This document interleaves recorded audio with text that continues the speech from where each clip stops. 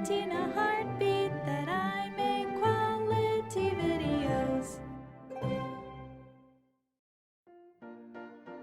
If my calculations are correct, Biscuits and Triscuits hint towards a mysterious third food called Monosquits, a singular skit, just one, an edible cracker with just one side.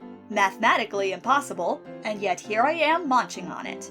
Skit comes from the French word for bake, cuire, as bastardized by adoption by the British in a few hundred years. Biscuit meant twice baked, originally meaning items like hardtack, which were double baked to dry them as a preservative measure long before things like sugar and butter were introduced. If you see a historical document use the word biscuit, do not be fooled to think, being a pirate must have been pretty cool, they ate nothing but cookies. They were made of misery to last long enough to be used in museum displays or as paving stones. Hardtack from Atlanta area, 1862. The standard army ration of bread was issued as hardtack, which was supposed to have a longer shelf life than regular bread. The crackers were often so wormy that soldiers nicknamed them worm castles. Triscuit is toasted after the normal biscuit process, thrice baked.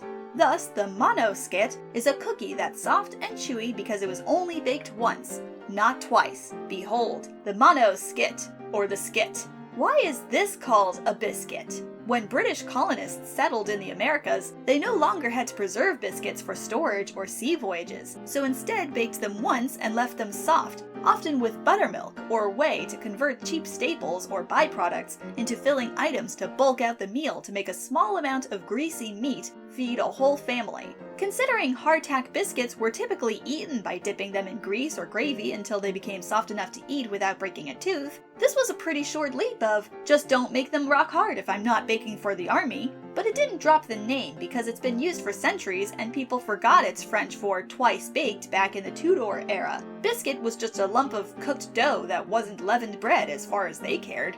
Thus, the buttermilk biscuit and the hardtack biscuit existed at the same time. Cookies then came to America via German and Dutch immigrants as tiny cakes, made with butter, sugar or molasses, and eggs before tea biscuits as England knew them due to the new availability of cheap sugar, which is why biscuit and cookie are separate items in America but the same item in the UK.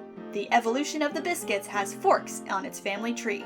I never knew I needed this information, but I needed it.